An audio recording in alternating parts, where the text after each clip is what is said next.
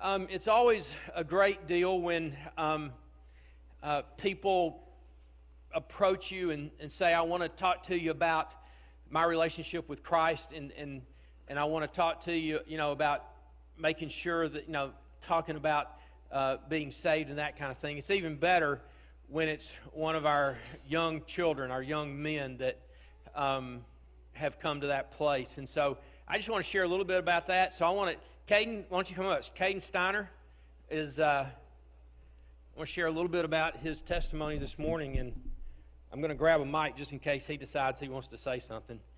Do you want to say? Are you going to talk this morning? No, yeah, he's out on talking.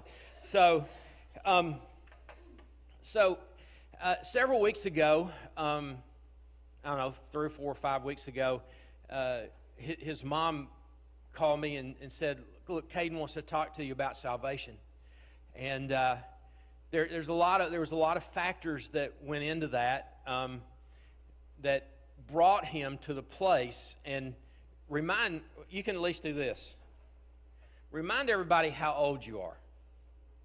10. Okay, so we have a 10-year-old who has been influenced by a lot of different people and a lot of different circumstances. A lot of Sunday school teachers, a lot of vacation Bible school workers.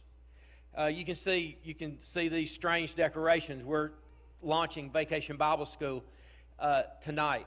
A lot of parents, friends, a lot of people influenced Caden to come to the place where he went to his mom and dad and were having this conversation, and then called me and said, he wants to come talk to you about what it means to be saved. Very bluntly, what it means to be saved.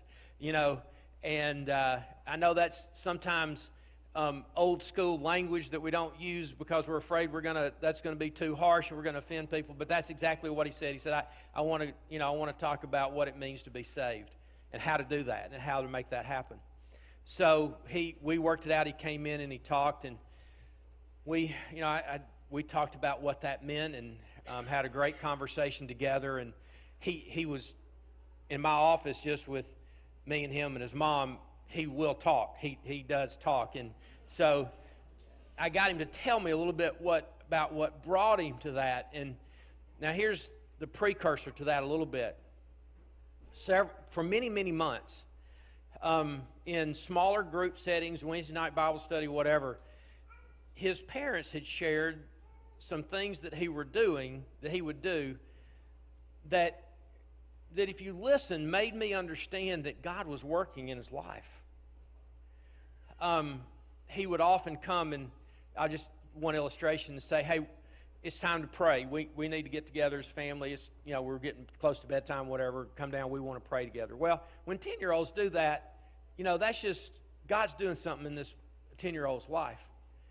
And so we talked about it, and so we got toward the end of the conversation, and I said, now, Caden, I don't want to manipulate you. I don't want to force you into anything. But so if you need some time to think through this and talk to your mom and dad more, that's fine. But if you want to pray and you want to receive Christ right now, we can do that. And there wasn't no thinking about it for him. He said, I want to do it right now. Right now. And so we did in the office that afternoon. Tamara was there. We were in there, and we shared, and we prayed a prayer of salvation for Caden to receive Christ as his Lord and Savior.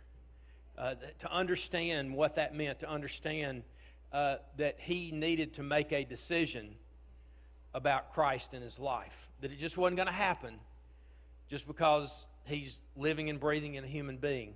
He clearly understood that's his decision to be a Christ follower.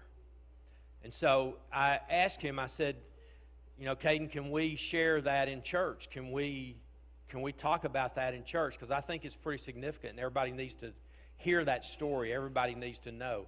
And he said, sure, fine. Now he refuses to talk about it. That's okay. I understand that. If I was 10-year-old, I'd refuse to talk as well. But So I want to kind of introduce you to one of the newest Christ followers in the life of our church. Let's give him a big hand. Yeah, congratulations. That's awesome. So, as you look around today, and as you walk to your Sunday school classes and all that, and you see all these Vacation Bible School decorations, you see work going on downstairs, you see, this is the reason we do all that. This is the reason. We don't do Vacation Bible School just because it's been done for 100 years during the summer to give us something to do. We got plenty to do. We do it to impact lives. And that's our number one goal this week. Tonight through Wednesday night, our number one goal is that a child will be influenced and nurtured and exposed to the good news of Jesus Christ. And it may not be this week. That decision may not be this week. But that, along with 100 other things that you add up over and over, is what helps people as a 10-year-old to make this decision. And so we want to celebrate that and want to share that story with you. So thanks for coming up. Thank you for being brave and coming to me and saying, I want to know what it means to be saved. So